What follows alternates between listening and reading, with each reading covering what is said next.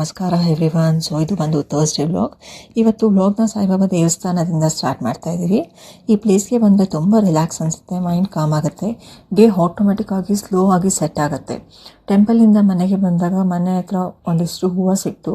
So ಅದೆಲ್ಲ ಸ್ವಲ್ಪ positive vibes ಆಗಿ ಅನಿಸುತ್ತೆ. ಆಮೇಲೆ ಬಾಬಾ ಟೆಂಪಲಿಂದ ಬಂದಮೇಲೆ ತೇಜಸ್ ಸ್ವಲ್ಪ ಹೊತ್ತು ಮಲಗಿದ್ದ.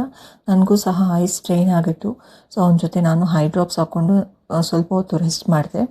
ಸೊ ಎದ್ದ ಮೇಲೆ ಅವನ ಹತ್ರ ಸ್ವಲ್ಪ ಕಡಲ್ ಮಾಡಿ ಅವ್ನು 3 ಸಾರಿ ಮಾಡಿ ಆಮೇಲೆ ಲಂಚ್ ಮುಗಿಸ್ಕೊಂಡ್ವಿ. ಸೊ ಇಲ್ಲಿ ಒಂದು ವಿಷಯ ಹೇಳಬೇಕಂದ್ರೆ, ನಮ್ಮ ಅತ್ತೆಗೆ ಯಾವತ್ತೂ ನಾವು ಗ್ರೇಟ್ಫುಲ್ ಆಗಿರ್ತೀವಿ. ಬಿಕಾಸ್ ಹೆಲ್ದಿ ಮತ್ತು ಟೇಸ್ಟಿ ಆಗಿ ಫುಡ್ ಮಾಡಿಕೊಡ್ತಾರೆ. That support really means a lot. Lunch ಆದಮೇಲೆ ಸ್ವಲ್ಪ ಆಫೀಸ್ ವರ್ಕ್ ಇತ್ತು, ಅದನ್ನು ಮಾಡ್ತಾ ಇದ್ದರೆ ಸೈಡ್ ಬೈ ಸೈಡ್ ಮಗು ಕ್ಲೇಯಲ್ಲಿ ಆಟ ಆಡ್ತಾ ಇದ್ದ. ಅಷ್ಟರಲ್ಲಿ ಫೋನ್ ಮೆಮೊರಿ ಕ್ಲಿಯರ್ ಮಾಡ್ತಾ ಇದ್ದಾಗ ಒಂದು ಓಲ್ಡ್ ಸೈಡ್ ಫೋಟೋ ನೋಡ್ತಾ ಇದ್ದೆ. ಸೊ ಲಾಸ್ಟ್ ಇಯರ್ ಇದು ಫುಟ್ಟಿಂಗ್ ಎಕ್ಸ್ಕವೇಷನ್ ಟೈಮಲ್ಲಿ ಪ್ರಾಬ್ಲಮ್ ಬಂದಿದ್ದು. ಈ ಕ್ಲಿಪ್ಪಲ್ಲಿ ನೋಡ್ಬೋದು, ಫುಟ್ಟಿಂಗ್ ಪಿಟ್ ಸಡನ್ ಆಗಿ ವಾಟರಿಂದ ಫಿಲ್ ಆಯಿತು.